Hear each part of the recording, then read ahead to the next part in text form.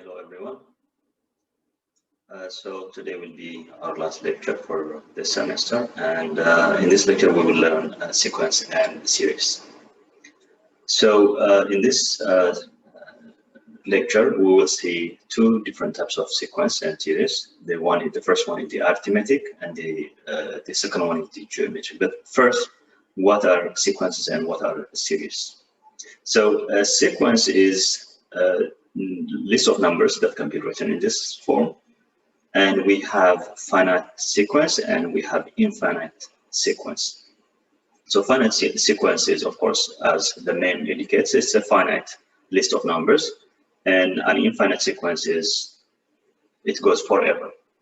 So for example, here we have A1 equals to 3, and A2 is the second. When the index is 2, then it's the second, it shows as the second term. So A2 is 6, and so on and so forth. So we list this sequence, this infinite sequence, in this form. And this is the formal definition, of course. So an infinite sequence is a function whose domain is the set of positive integers. And the finite sequence is a function whose domain is the set of the first n positive integers. And what are series? Series are the sum of this sequence. So, for example, we have finite series. For example, for the first sequence, we have 3 plus 6 plus 9 plus 12 plus 15. And for the infinite series sequence, we have this sum, which is given in this form. So these are the concept behind the sequence and the series. And now we will see different examples regarding this sequence and series, just to have a good understanding of them.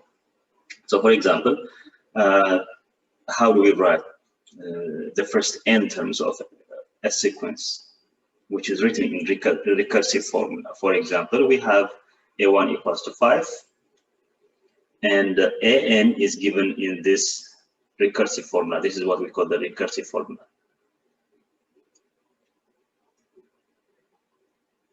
Because AN is 3 times the preceding number, which is AN minus 1 minus 4. And this formula applies to any number. For example, we have A1, which is 5. Now, how do I find A2? So A2, A sub 2 becomes, we just substitute this n, we substitute this n by 2. So it will be 3 n minus 1, 2 minus 1 minus 4. This is 3 times A1 minus 4. But we know what A1 is, which is 5. So 3 times 5 is 15. 15 minus 4 is 11. And then how about A3?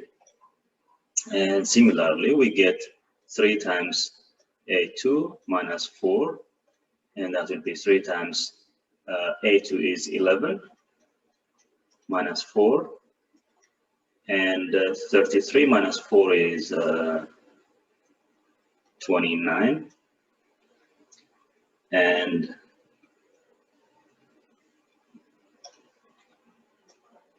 And then A4 is 3 times A3 minus 4, and this is 3 times 29 minus 4, and this is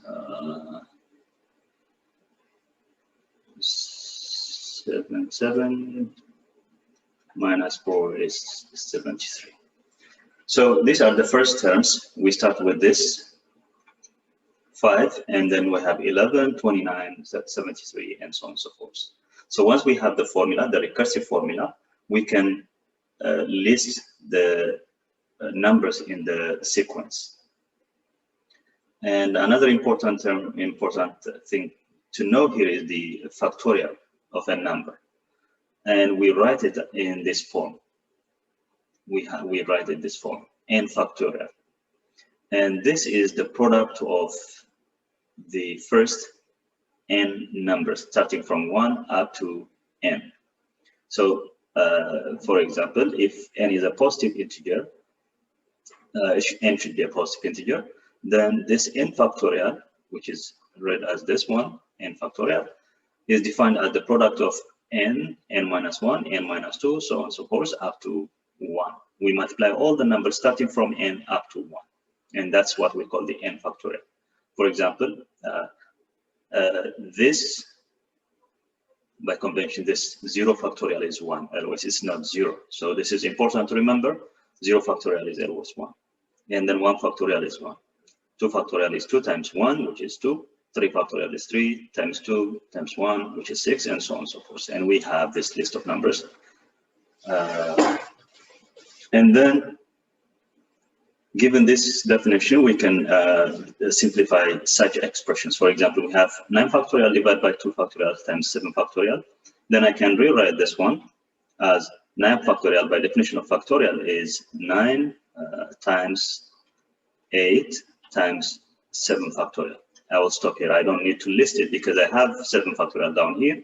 So I can stop here. We don't have to go forever, so that we can simplify it. And 2 factorial is 2 times 1. And we have 7 factorial. Okay. So here we have 7 factorial over 7 factorial. So we can simplify this. They cancel out each other. And then we have 9 over 8, 9 times 8 over 2. So this is 9 times 8. This is times multiplication, not over 2. 2 times 1 is 2. And now we can simplify this. And then we multiply finally, which is 36. Okay. So 9 factorial over 2 factorial times 7 factorial is 36. And if you have, for example, a calculator, using a calculator or any other technology, you can find this 9 factorial by using this idea or this definition. And you can find the denominator. You can multiply 7 factorial by 2 factorial. And then if you find the ratio, you will get this number. But you don't have to go all the way multiplying all those numbers, because this way it's much more easier, because we are simplifying 7 factorial by 7 factorial. And the remaining number is much more easier to deal with. Now, how about if we have something like in variable form, n minus 1 factorial or n factorial? Here, because since we have numbers, we can even multiply all the way till 1, and then we can divide, find the ratio, and we get 76. But here we cannot do that. So we will first let's list this n factorial, n minus 1 factorial, over what is n factorial now? This is n times n minus 1. So since I have n minus 1 factorial on the numerator side, then I will stop here. N times n minus 1 factorial. We can, of course, continue listing this, but since we have this, I will stop here, and then we can cancel out each other. Therefore, this n minus 1 factorial will cancel this one. And on the numerator side, we have 1. On the denominator, we have n. Therefore, this n minus 1 factorial over n factorial is just n over 1. All right. And if we have this formula given in this form, C sub n equals to 2 to the power of n over n plus 1 factorial, then how do we find the C4, or the fourth term in this sequence? So C sub 4 is 2 to the power of n, in this case is 4, so it will be to the power of 4 over 4 plus 1. Again, I substitute this, I replace this n by 4 factorial. So what is 2 to the power of 4? 2 to the power of 4 is 16, and 4 plus 1, this is 5. 5 factorial is 5 times 4 times 3 times 2 times 1. So here you could multiply them. You could multiply this and divide 16 by the product. But either way, an easier way is to simplify this. While we have the numbers listed like this one, we can simplify this numerator by the denominator if we can. For example, I can cancel out this by 4, 1 by 4, 4, because 16 divided by 4 is 4. And then I can simplify this by 2, 1, by 2, 2. Then here we don't have any number that is divisible by 2. So we write this one as, on the numerator we have 2, on the denominator we have 5, 1, 3, 1, 1. So we just multiply 5 by 3, the remaining all are 1s. So this would be 15. And that's C sub 4. The fourth term is 2 over 15. Okay. So similarly, we can find any given term. And another thing that we will be dealing with, or we will be using in this sequence, is the summation notation. And if we have a sequence given in this form, it could be finite or infinite. Or if we have an infinite series like this one, then the nth partial sum is given as S sub n equals to A1 plus A2 up to A sub n, which basically means the sum of the first n numbers in the sequence, okay, in the infinite sequence. And so in this case, this becomes finite series, because now we have, even though it was an infinite series here, since this is partial sum, which is the sum of the first n terms, then it becomes finite series. Okay, so in this case, we can write the sum using the summation notation this way.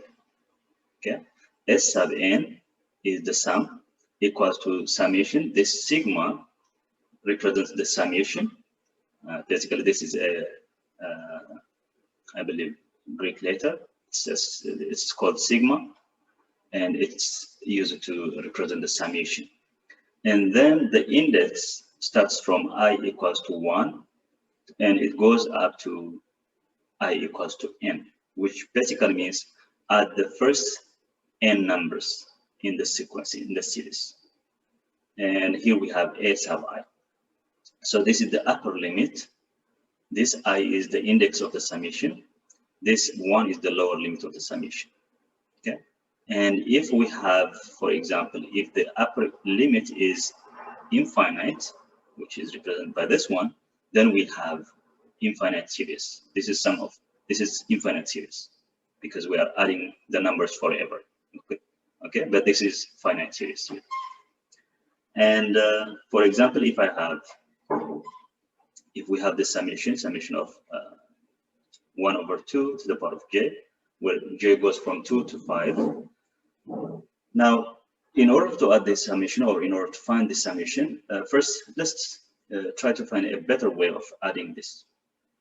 So if I list this, for example, for j equals 2, what is the number in this series? If j is 2, we have 1 over 2 to the power of 2, and that's 1 over 4. And when j is 3, it's 1 over 2 to the power of 3, and that's 1 over 8. When j is 4, we have 1 over 2 to the power of 4, that's 16. And when j is 5, we have 1 over 2 to the power of 5, and that's 1 over 32. And adding these numbers, we can take the common LCM here, and that's 32. And then we have 8 plus 4 plus 1, and that's 15 over 32. Okay, so this is how we can find, since we have the upper limit is not too high, we can of course list them in this way, and we can find the summation. But what if this was, for example, 100? This instead of 5, if we have 100, what happens? Well, it's not going to be easy to list all of them like this. So we have to come up with a different idea or a different way of adding this series. Now, before we go further, we need to look at the properties of the summation notation. So the first property of the summation is, if we add a constant n times, or if I add c represents a constant, where I goes from 1 up to n. So here what it's saying is, we add this c n times. Okay, so that means it will be c times n.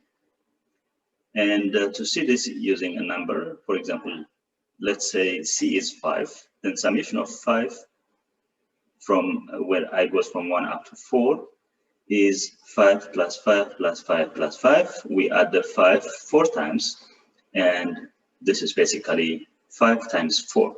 So 4 is n, this is our n, and 5 is the constant, which is C. So summation of this one is 5 times 4, and that's what we have right here.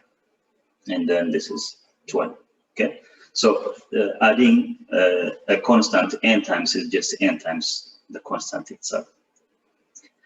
And then summation of C, a constant, times AI. AI is the series, the sequence, or the ith term in the sequence, I should say.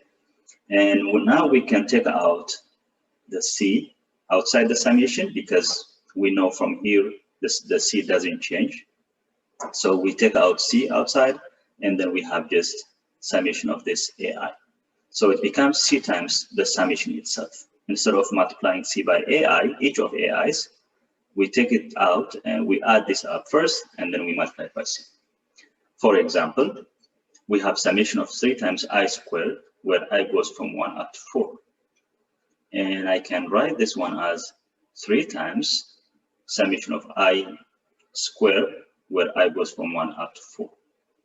And of course, we can add this up. So 3 times, when I is 1, this becomes 1.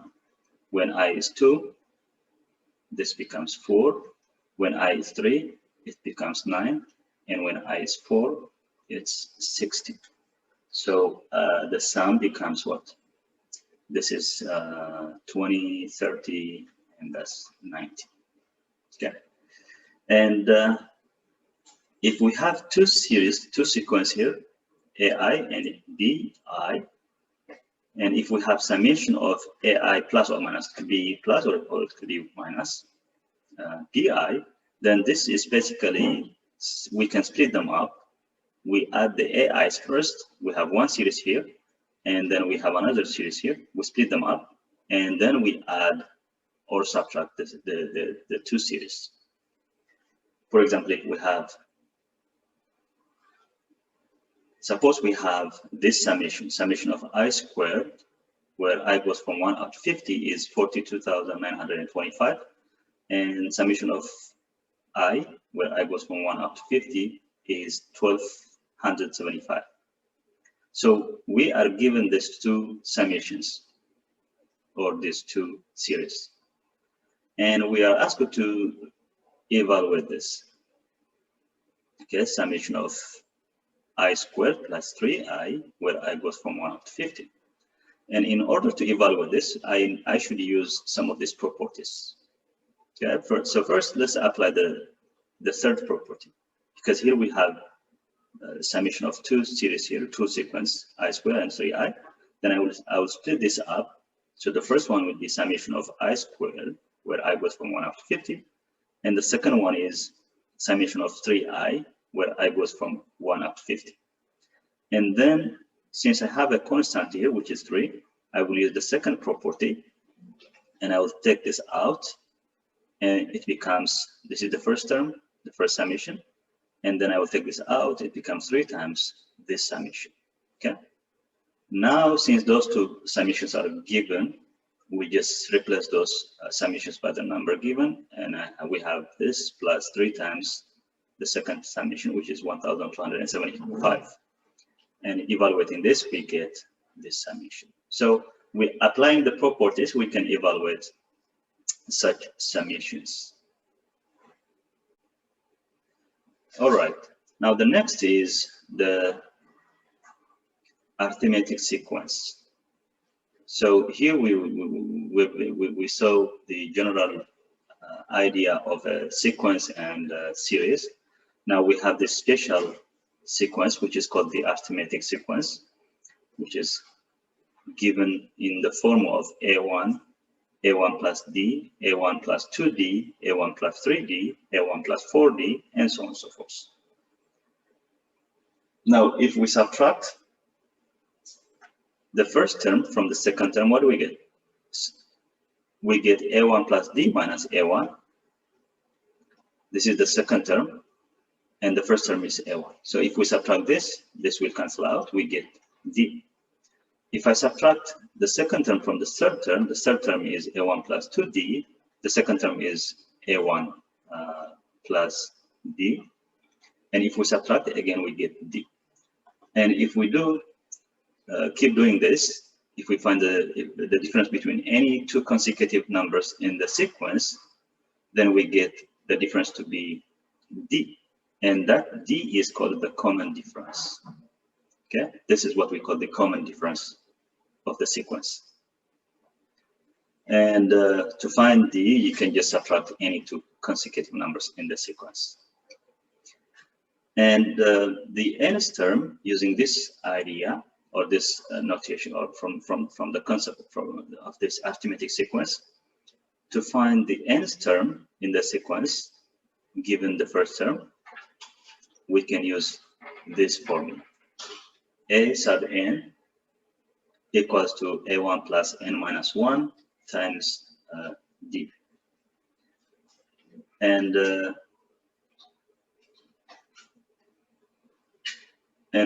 now we will see the arithmetic sequence. So what is an arithmetic sequence?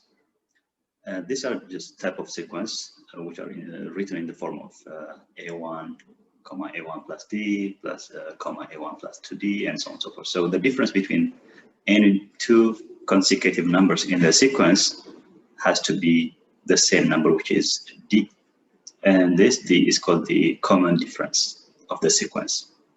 So to find the common difference D, we just find the difference between two consecutive numbers. And the nth term in the sequence can be written in this form. So to find the nth term in the sequence, given the first term, we can just use this formula to get it. And also we can rewrite this one in a recursive way. For example, an will be given as an minus 1 plus d, because if you know the previous number, then I can find the next number by adding d, because we know that the common difference is the same for all between any two consecutive numbers. Now let's look at this example. Given a sequence, how do we determine whether it's an arithmetic sequence or not? Well, the idea here is, for an arithmetic sequence, the common difference has to be the same, right? So here, if we calculate the difference between the first two, 19 minus 15 is 4. Then the next two, 23 minus 19 is 4. And then the next two, 27 minus 23 is 4. Therefore, this is an arithmetic sequence because the difference between any two consecutive numbers in the sequence is the same number, which is 4. So this is an arithmetic sequence, and the common difference D is 4.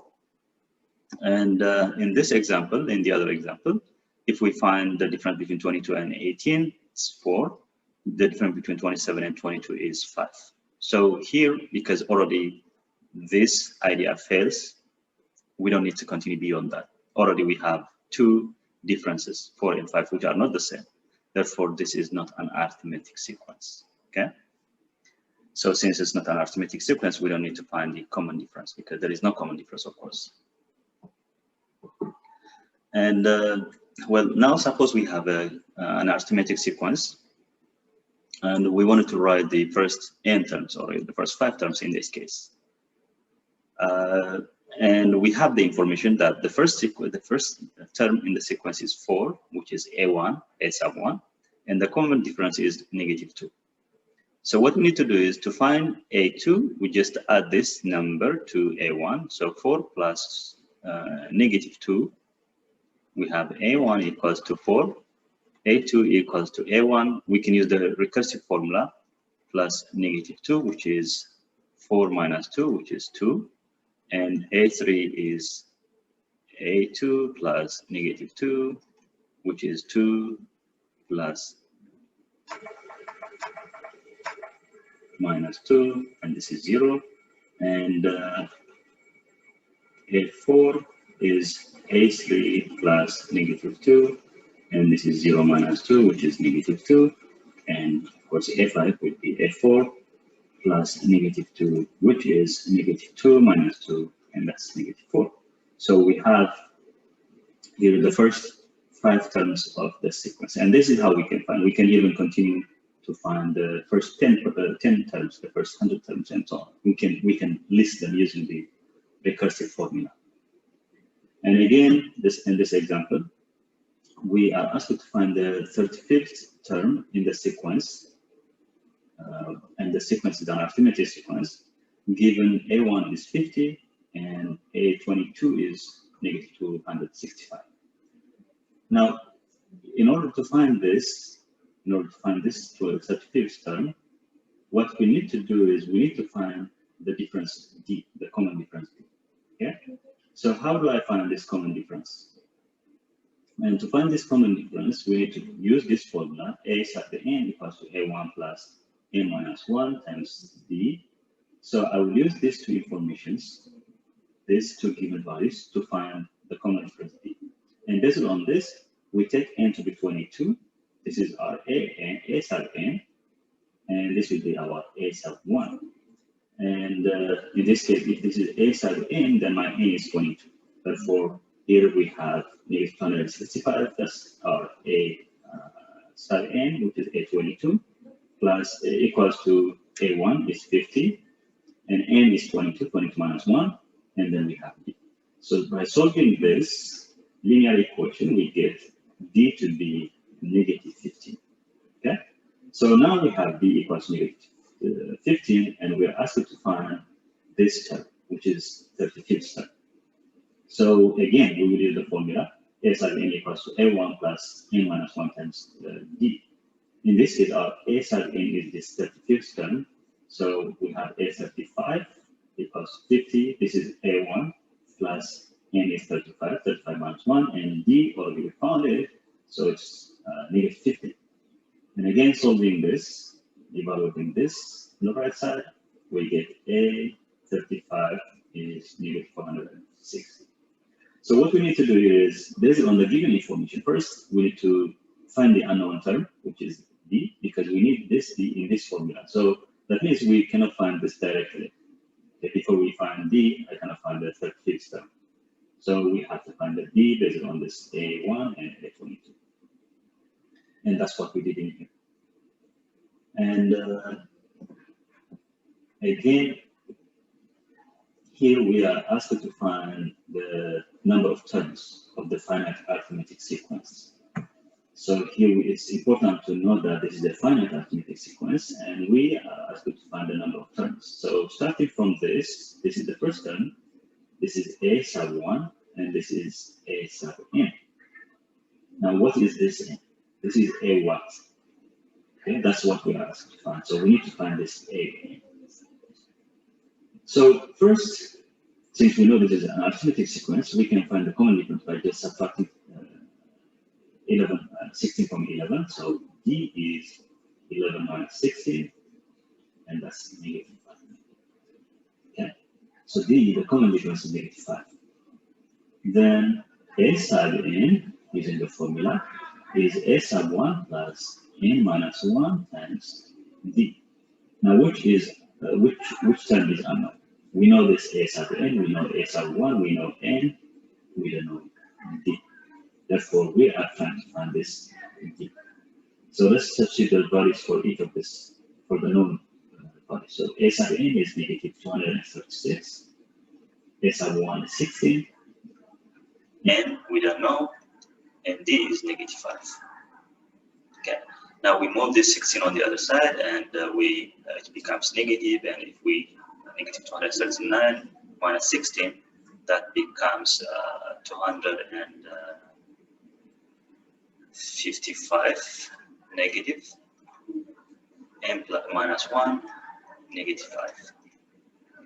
And then again here we divide both sides by -5 to get. We multiply it by 1/5 or -1/5, doesn't matter. -1/5.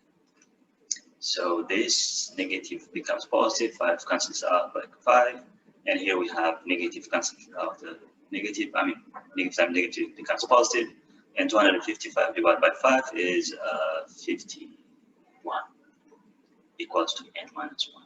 Okay. Now solving this becomes plus 1. Therefore, n is 52. Okay.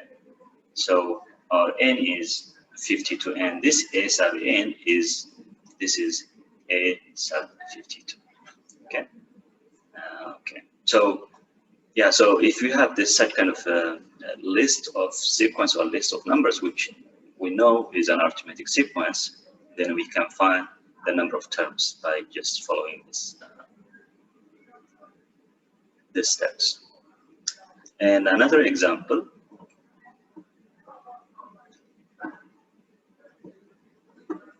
So here we have again an arithmetic sequence, and we are given the first term, which is 65, and the 25th term, which is 149.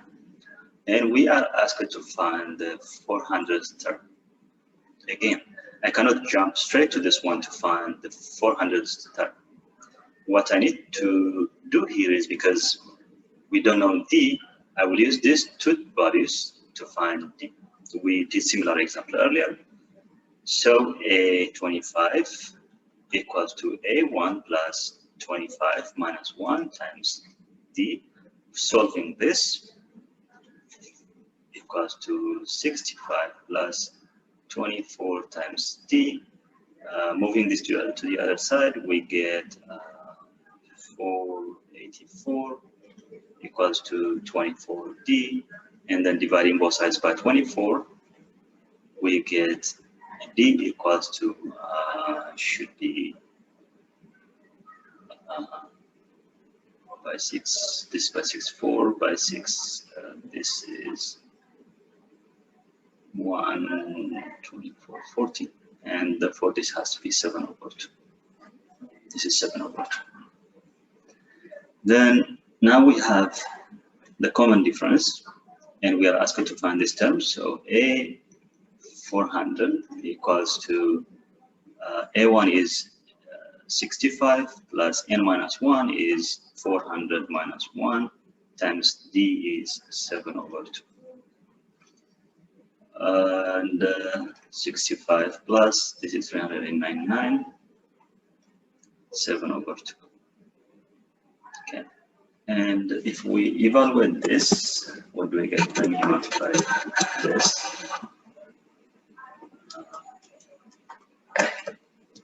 65 plus 399 times 7 over 2.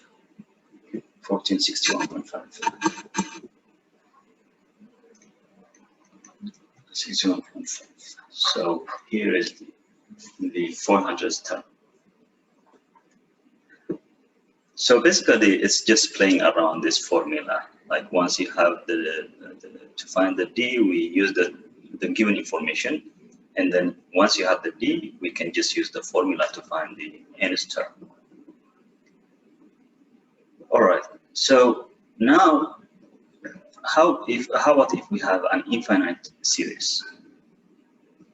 When we have an infinite series, we can find the partial sum, and the partial sum is the sum up to the nth term, or like we can say the nth partial sum. So the nth partial sum is the sum of all the elements or the terms up to the nth term. So this formula is given by S sub n. S stands for sum. S sub n equals to n over 2 times a1 plus an. So here, what we need is, if we know the first term and the last term, we can easily calculate the sum of all the numbers between this in the arithmetic sequence. For example, let's say we have this sequence, and we wanted to find the sum of the first 50 terms. Here we don't have the list of all the 50 terms. Okay, so what we need to find is, we need to find the 50th term first, based on this. So from this sequence, what do we have? D is 3 minus 1, which is 2, and then I need to find a50, and I can use the formula to find a50, and that's a1 plus n minus 1 times d. And this is a1 is 1, n minus 1 is 50 minus 1, d is 2.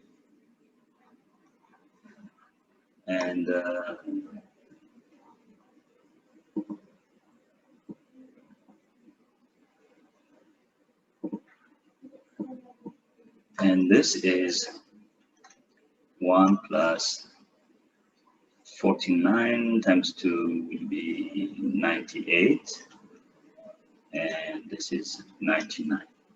Okay, so we have 1, 3, 5, 7, 9. All these are the odd numbers, as you can see, and we are trying to find the sum of all the odd numbers below 100 up to 99. So what is this sum? So here I have S sub n equals to n over 2 times a1 plus an, and this is n is well, it's 50, so a50 is 99.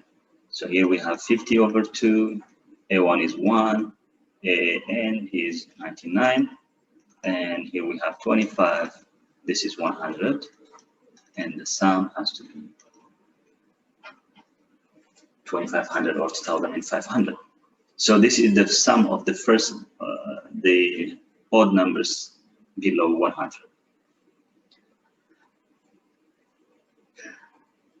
Okay, and how about if we have this kind of summation, which is finite summation or finite arithmetic sequence? So here, if we have a sum which is given in this form, we can of course find this summation, because here I goes from 1 up to 50. And what we need to do is, instead of listing all the terms here, first we can look at this. The first term will be, when I is 1, it will be 2 times 1 plus 6, which is 8. When I is 2, it will be 2 times 2, which is 4 plus 6, which is 10. When I is 3, it will be 12, and so on. And as you can see, the difference between these two numbers is 2, and the difference between these two numbers is 2. So the common difference is 2. And n is, because it goes up to that, the last number that we are, the last index is 50, so n has to be 50.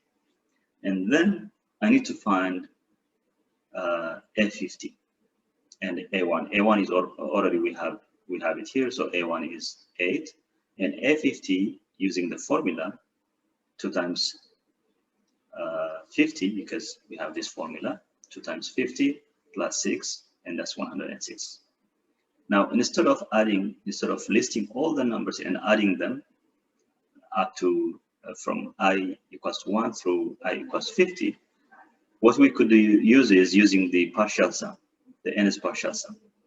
Okay, because we know this is a arithmetic sequence, so I can just use this one. And using the formula is given by n over 2 times a1 plus an. a1 is 8, and a50 is 106. If we add this up and multiply by 50 over 2, we get 2850. Okay, and this is also very important, because it can reduce the burden or the work that we were supposed to do to add this up by just using this nth partial sum formula. And the next sequence that we are going to see is the geometric sequence. And this geometric sequence, the difference between this one and the arithmetic sequence is, with the arithmetic sequence, we were looking at the difference between two consecutive numbers. And now here we will look at the ratio between any two consecutive numbers. So here, for example, between the first two consecutive numbers, if you divide a1 over a1r over a1, that will give you r. If you find the ratio between the third term and the second term, it will give you r, and so on and so forth. So here we look at the common ratio, and the common ratio has to be equals to r between any two consecutive numbers, and that's what we call the common ratio. Okay, and the common ratio, to find it, we can just divide an plus 1 over an, or find the ratio between any consecutive numbers. Okay, and then to find the nth term, the formula to find the nth term is given by a sub n equals to a1 r to the power of n minus 1. So using this one, we can find any term in the sequence. And recursively, we can write a sub n equals to a n minus 1 times r, which is the previous number. This is a n minus 1, or the predecessor, times the common ratio. But n here has to be greater or equal to 2.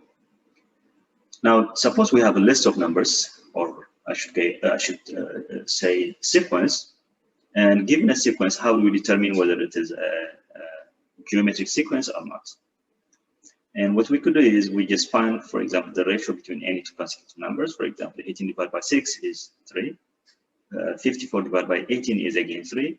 162 divided by 54 is again 3.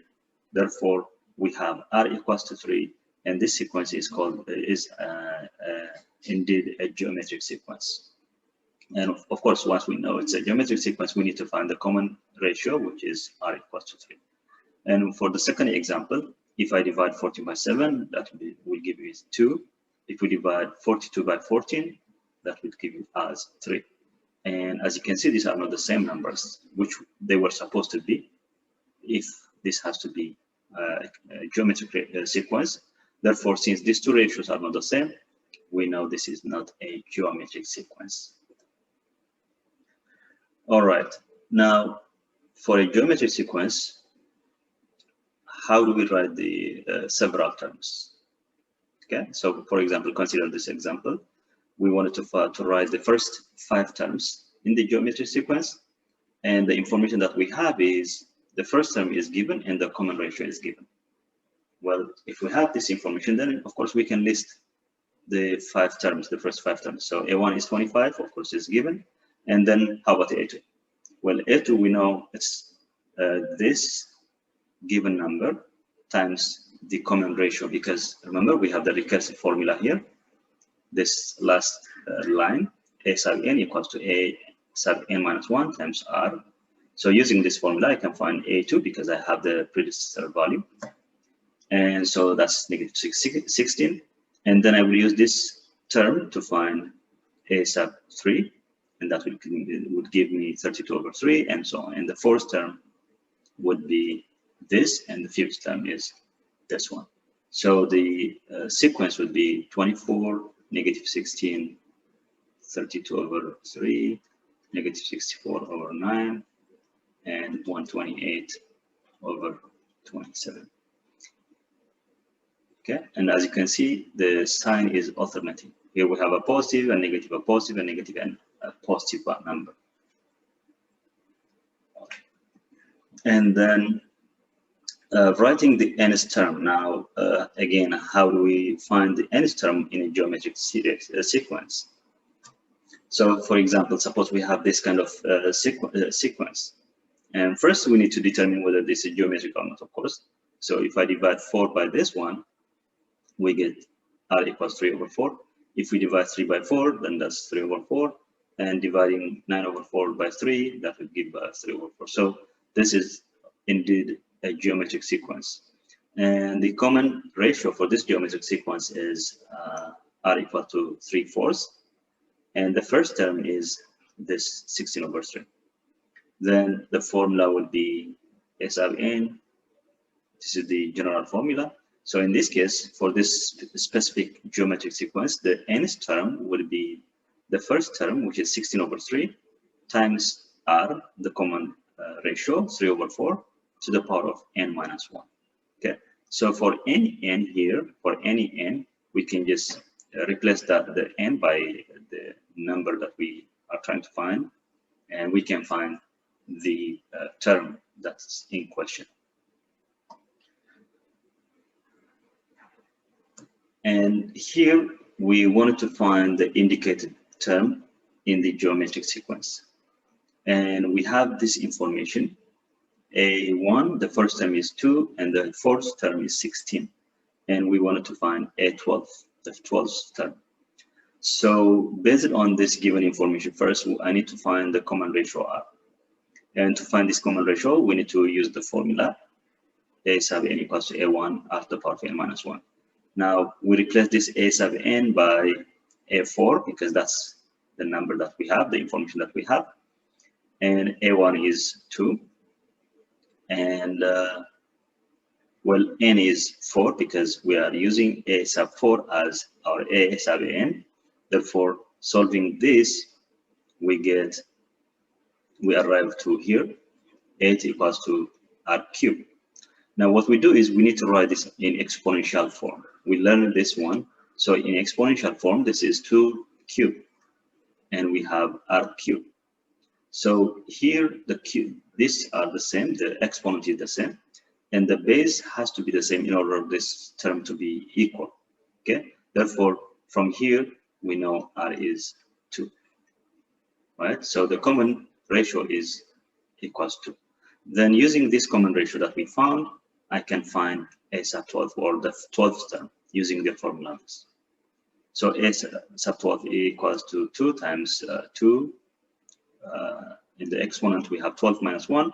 And then evaluating this, we get a sub 12 or the 12th term to be 4096. Okay, so otherwise, when we have a problem, what we need to do is we need to figure out what is given first and what is needed in order to find in order to solve the problem. Okay, so here the question is basically to find the 12th term, but in order to find the 12th term, the formula would be a sub 12 equals to a1 r n minus 1. So here what you need to see is what is given. Well, this is given, but r is not given, n is given. So how do I find r? Okay, that's the question that we need to ask. And in order to answer that, I did this step first using the given information, and I found r. Now we know r is given, and now we proceed to finding a sub 12 or a12 or the 12th term.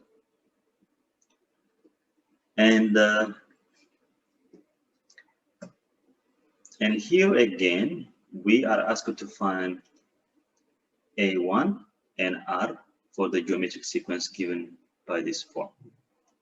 So we have, instead of a1, we have a2, and we have a5 or the 5th term. The second and the 5th term are given. And this, using the formula a sub n equals to a1 r n minus 1. So here we have 18.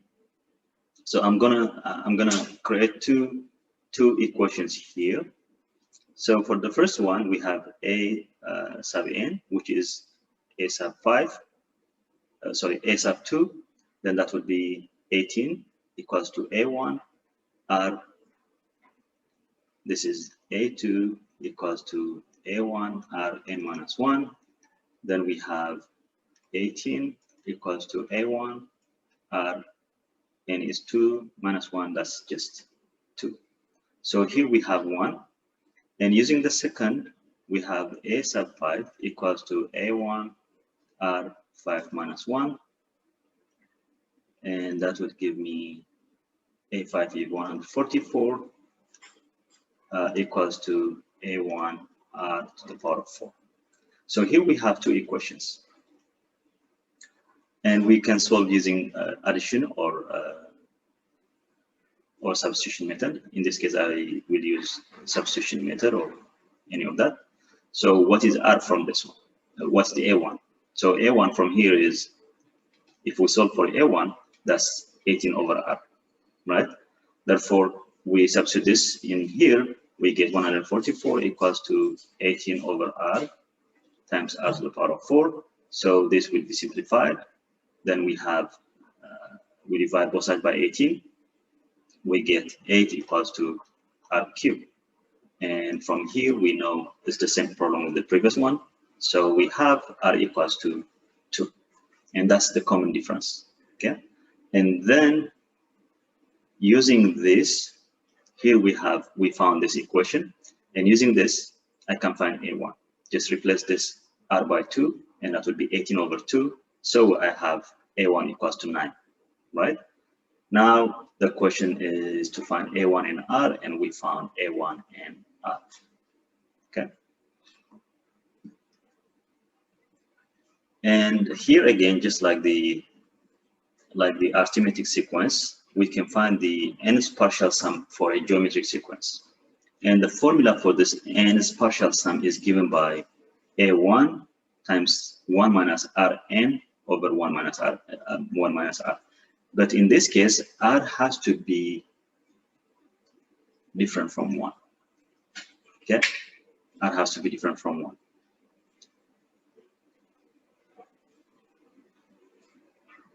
Okay. And just for the sake of comparison, A sub n is given by this. This is for arithmetic sequence, and for geometric sequence is given by this. And for example, if we have such kind of summation, what we need to do is, what is the first term? So when n is 1, A1 would be, this would be 0, so it would be just 3. And R is 2, because we have this, or we can, what we can do is we can find the second term, and that would be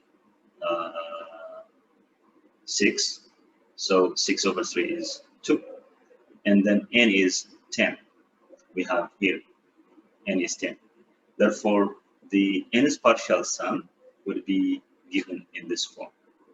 And the nth partial sum is the 10th partial sum. So A sub 10 equals to A1. A1 is 3. And 1 minus R to the power of 10. And that would be to the power of 10. And on the denominator, we have 1 minus 2. So that would be negative 1 on the denominator. And on the numerator, that would be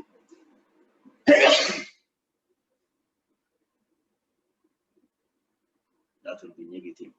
So we have negative over negative, and that becomes positive. And the number, we can just use calculator to find this, which is 3069. Okay. And another example would be to find the sum of this finite geometric series.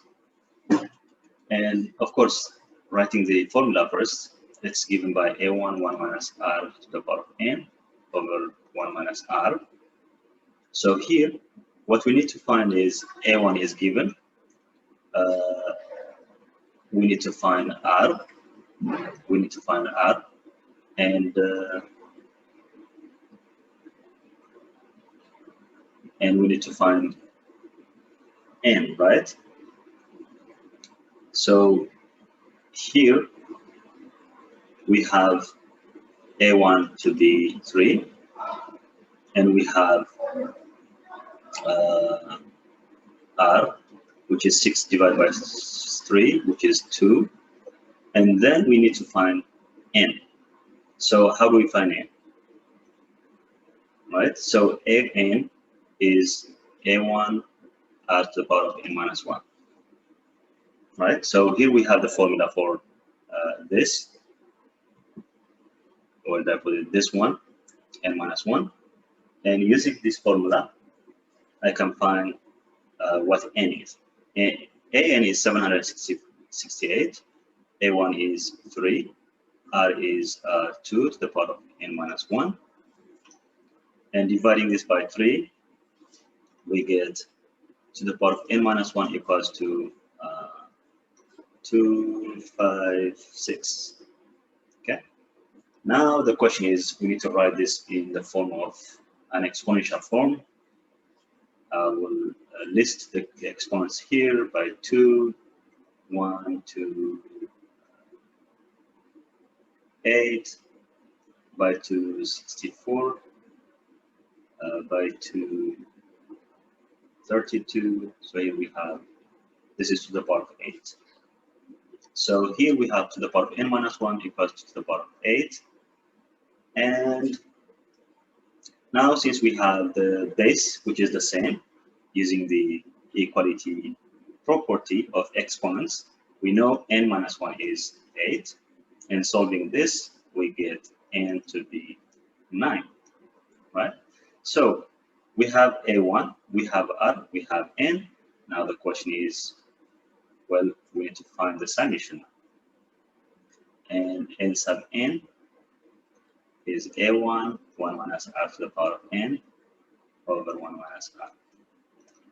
a1 is 3, 1 minus r is 2 to the power of 9 over 1 minus 2. So we need to find this. We need to find this, and we can evaluate this, of course. And that would be, let me use calculator.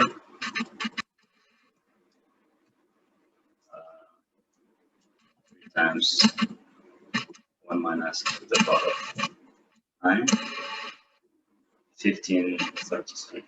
So this is 1533. So this is the summation of this geometric series. Okay. All right. And how about if we have infinite geometric series? Can we find the sum? So notice that this is an infinite series. And when we have an infinite series, the summation, in order to exist, we want r to be, the absolute value of r to be less than 1. Basically, r should be between -1 and +1. Otherwise, the summation doesn't exist. Okay? So if r is between -1 and +1, then the sum is given by the first term divided by 1 minus r. Okay? But if the sum, if r is the absolute value of r is lesser than 1, then the sum does not exist. In this case, we call it its divergent. Okay. For example, when r is 1/2, what do we have? Here, the summation for the geometric series, n's partial sum, is given by a1, 1 minus r to the power of n over this formula, right? So as n goes forever, when n, we have n to the power of n. So when we increase this n, if we make this very big, what happens to this term? And to see this pattern, let's consider r to be 1/2, because 1/2 is between -1 and +1. 1/2 to the power of 1 is 1/2, 1/2 to the power of 2 is 1/4, 1/2 to the power of 3 is 1 to the power of 1/8, and so on and so forth. So as we increase the exponent, the value is getting smaller and smaller. If we find, for example, 1/2 to the power of 100, what do we get? Let me see. 1/2 to the power of 100. And that's very, very, very small. It's close to, even 1/2 to the power of 10 is 0.00097. 0.00097, and so on and so forth. Okay. So what we are seeing here is the pattern, or the value gets smaller and smaller. So finally, when n is very big, this term is 0. And what we are left with is a sub n over 1 minus r. And that's the summation of the infinite series when r is between -1 and +1. So for example, if we have this summation, so j goes from 1 to infinity, and r is to the power of 3, and we have j minus 1. So we wanted to add this. So in this case, what is the first term? When j equals to 1, the a sub 1, or the first term, would be to the power of 3. 1 minus 1 would be 0, so it would be 1. When j is 2, we have to the power of 3, 2 over 3 to the power of 2 minus 1 is 1, so to the power of 1, and that's 2/3. When j is 3, we get 4/9, and so on. And we want to find the summation, right? This summation, which is an infinite series. And as we can see, r is between -1 and +1. R is 2/3, so it's between -1 and +1. And a1 is just 1. Therefore, the summation is given by a1 over 1 minus r, and that's 1 over 1 minus 2/3, and that's just 3. So if you add all these numbers and if you go forever, the summation would be just 3. And how about if we have this summation? 2 plus 8 plus 32, and so on and so forth. And as you can see, this is again an infinite series. And this infinite series is, well, what is r? R is 8 over 2, which is 4. And 4 is not between -1 and 1. It's better than 1. Therefore, the sum of this doesn't exist. It's divergent. It goes. It doesn't exist. By the way, just the summation when r is greater than 0, greater than 1, the summation doesn't exist. Now, one more example that we can work on is writing a repeating decimal as a fraction. So this looks like a more elementary problem, but it's not. For example, if I have this bar represents the 25 here repeats itself. Okay, so we have 3.4, 25, 25, 25, 25, and so on. We have this kind of number. So this number basically is something like this. The 25 repeats again and again. Now what I could do here is I can write this one as 3.4 plus 0.0, 25, 25, 25, and so on. We can add these two numbers, and that would give me this number, right? And that's what we have right here. So we have 3.4. We split this up into 2, and 3.4 plus 0.025, which is a repeating decimal. And 3.4, we know it's 34 over 10. We can rewrite this one as a fraction, which is 34 over 10. And this number is, as I listed in here, we have it here. And now I can rewrite this one. We can split this up again. So the first 25 is 25 over 1,000. The second 25 is 25 over 100,000. The first 25 is 25 over 10 million. So what we are doing here is we are again splitting this up. So I have, for example, this 25 is 0.025. The second 25, 0.00025 plus 0.0000025 plus and so on. This is the repeating 0.025. Okay. So again, we can rewrite each of these decimals into fractions. We can convert them into fractions. So this one is 25 over 1,000. This one is 25 over 100,000, and this one is 25 over 10 million. And we keep doing this forever. And then we can treat this as geometric sequence. And if you notice, this is a geometric sequence because the common ratio is 1 over 100. If you divide this by this, it's 100 over 100, and if you divide this by this, it's 1 over 100 again.